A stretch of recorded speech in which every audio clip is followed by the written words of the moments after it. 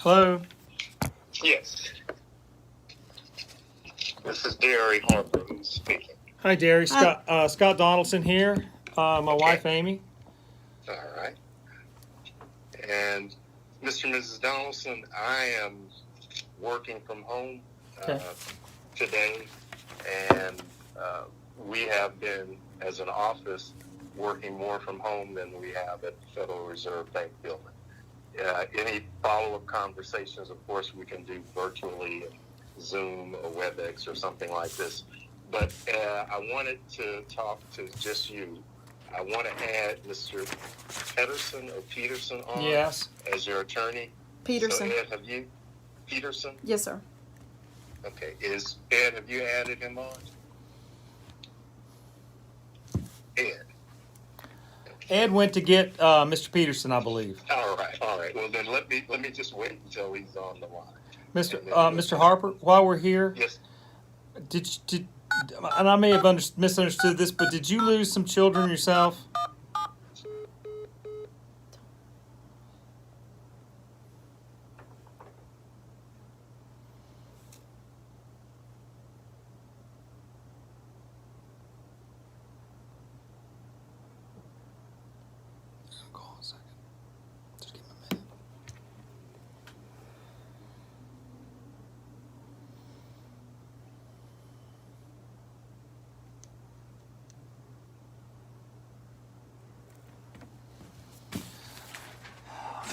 Great conversation with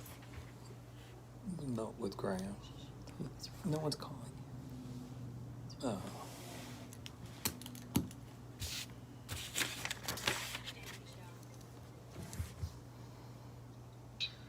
Mr. Michelle? And a call dropped. Apologies. I have your attorney on the other line, and now I'll dial back in the Inspector General, okay? Okay, thank you. Hello, Jonathan. Okay, I'm going to dial in the Inspector General now. Just give me 1 minute. Sure. Hey, John, how are you? Hey, Doc, how are you? We're doing good. Amy's here, too. Hey. Good. I think it's I'm in the car, so I'm going to mute mine so y'all don't hear the background noise, but I'm still here. Okay. I think it's just us, too. No reporters. Okay, good.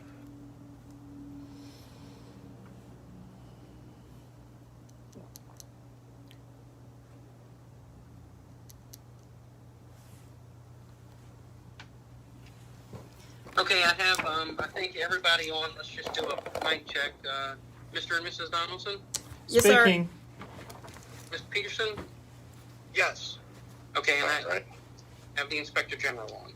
Right. And Mr. Donaldson, when we got cut off, you were asking me a question, so. If I misunderstood this, or did you understand you lost a child, Mr.? I am definitely sad to report that since we last met, my eldest son passed away unexpectedly in April of this year. Sorry. So when I first met Mrs. Donaldson, I shared with her at one point that another son of mine passed away now 8 years ago at a very young age. So we are still, as a family, dealing with that, and just trying to make it day by day. I can only understand half of what you've been through, and we certainly pray for you and your family, and it's a heavy load. I understood. I was trying to share with her that sentiment that I don't know how you feel, but I know what you were going through. Yes, sir. In losing a son at such a young age. Yes, and sir. My son David was 40 years old. Michael was 30. And I'm only now able to even talk about it. But thank you so much for your kind words. And we'll take all the prayers, my family and I, we'll take all the prayers we can get. Mm-hmm. Okay. All right. Well, Mr. Peterson, are you there, sir? Yes, I am. All right. I'm in the car, and so I'm going to mute the phone so you don't hear all the background, but I'm still here. All right. I'm going to be very brief, and I know I'm going to leave questions on the table for you. But I wanted you to know that the Inspector General's office has completed their review of all issues within our authority to review pursuant to the Memorandum of Understanding between the police department and the IG's office. That Memorandum of Understanding limits our investigative authority to those individuals where there have been violations or alleged violations of administrative procedures, processes, or rules for those, and keep me straight, above the captain level. The designation that they use are the white shirts. That includes the superintendent, the deputy superintendent, and anyone in that command group. Ed, did I get that right? Is it captain and above, or could it go down lower? No, the deputy superintendent and above, and the individuals that were commanders that are now called captains. So it's basically the deputy superintendent and above, just because of the representation. Right. Now, I know Mr. Peterson and you are very interested in this. Pursuant to this Memorandum of Understanding, the Office of Inspector General does not have the authority to release the report. That is clearly stated. So any request for the actual report has to go directly to the superintendent, to Ms. Westbrook, who is his deputy and is primarily responsible for administering it.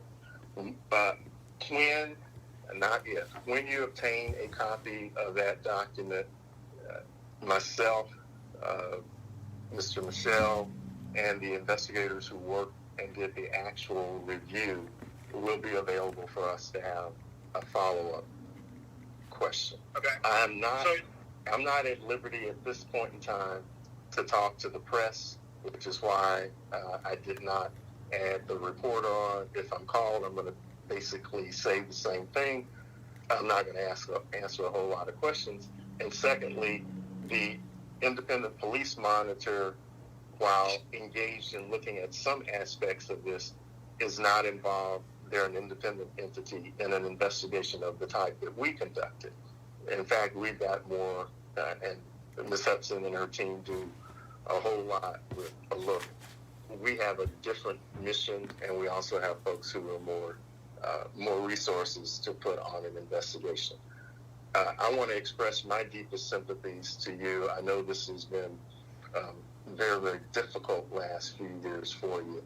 And once that report is made available to you, we'll make ourselves available.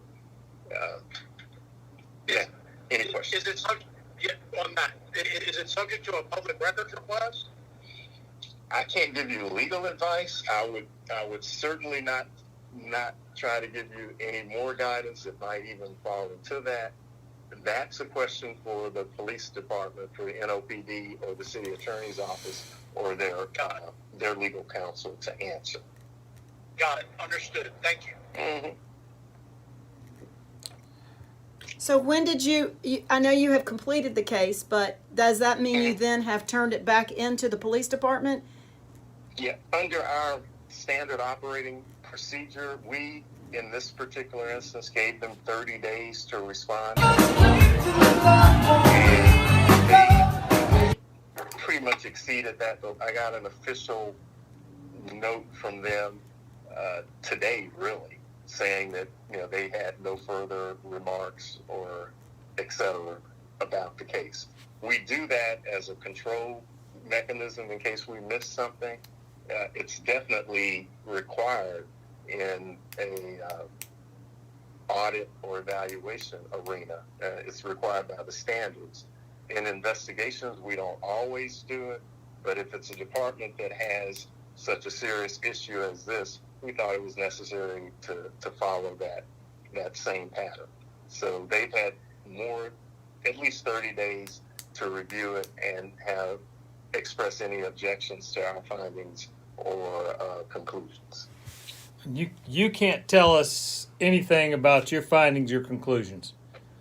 I'm not at liberty to disclose it. It's one of the few times where we have any situation where once we've completed a matter, but under that separate memorandum of understanding, which I do believe is a public record, I would certainly say so. But again, it may not be, according to the police department. The actual contents of and results of the investigation, it's their authority and their authority only when to make that public, if at all. So can I ask a question? Certainly. So you were just investigating essentially the white shirts portion of this. What I said to you was kind of verbatim from the memorandum of understanding. Yeah. If in fact we had found anything else, we would have had an obligation to report it to NOPD, and obviously I don't want to speculate about that. We did not, in this particular instance, refer any additional matters to them. Our authority in these administrative ends of the investigation, because they have, you already know this, they have a robust internal affairs procedure and process, and it does take some expertise in that area because police officers are given additional rights and things of this type. But in an administrative matter like this, they have to increase objectivity and independence on the investigation itself, since it could include the superintendent, his deputies, or those folks in the commander/captain level. The inspector general in the previous administration of this office entered into a memorandum of understanding.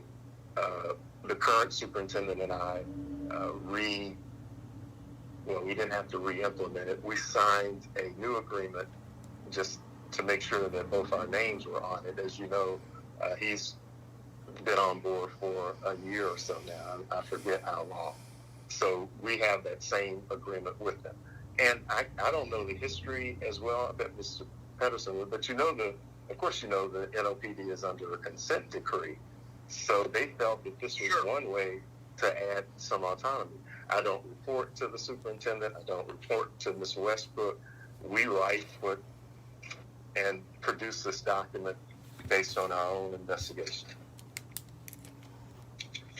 Is there any identifying information that you can provide that would help me formulate a request should I send one? And didn't we apply an OIG number to this? Yes, I can. Mr. Peterson, can you hear me? Yes, I can. I can see what our identifier code is for it, and okay. What I would suggest is that you simply just pick up the phone and call Miss Westbrook and let her know that she had talked to us, and that would it be possible to get a copy of the report completed by the OIG.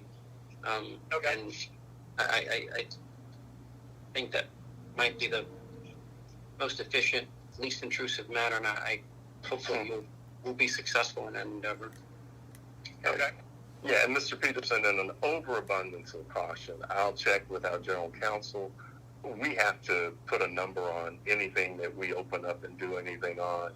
I'll just make sure that from her review, that would not violate the memorandum of understanding.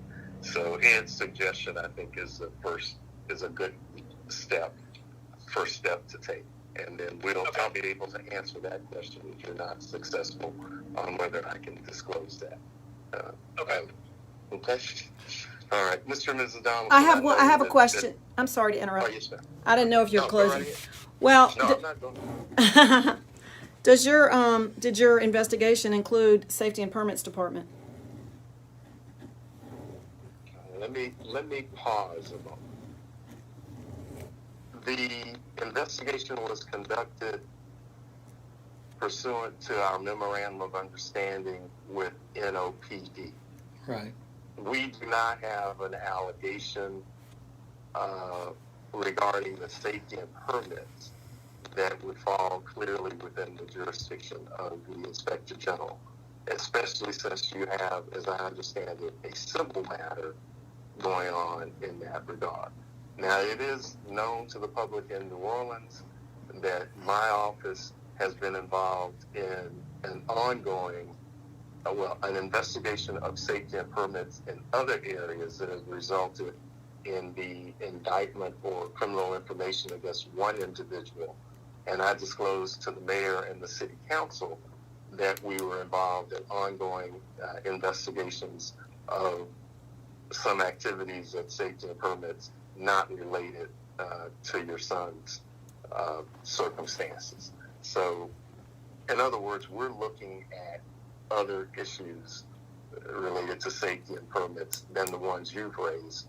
And at this time, I don't have a factual or legal basis to look any further into the issues that you raised in your lawsuit. I've not looked at the lawsuit.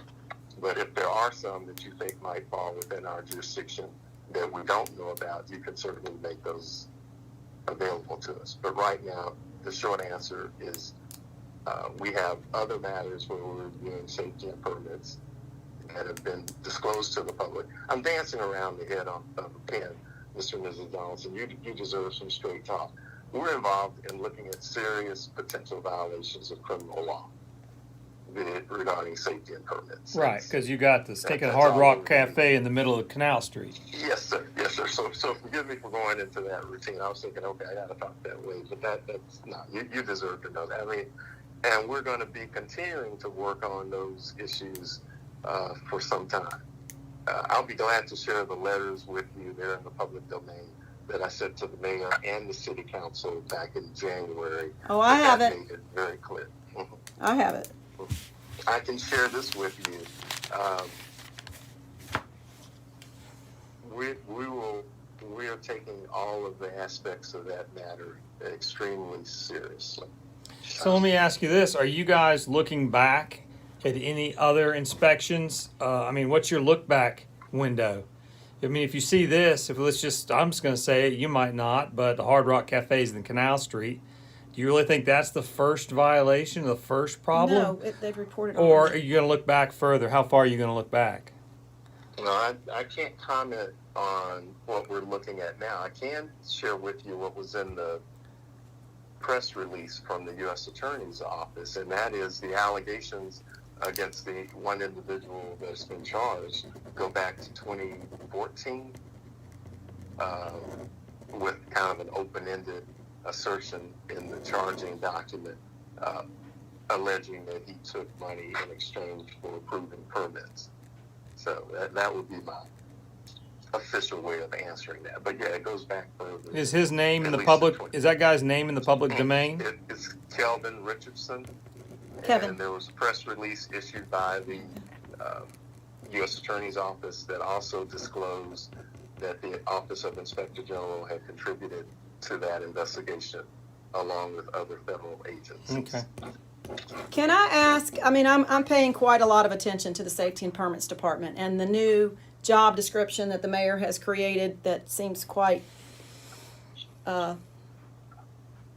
interesting for the new director, the Sonder person that came from San Francisco through Sonder.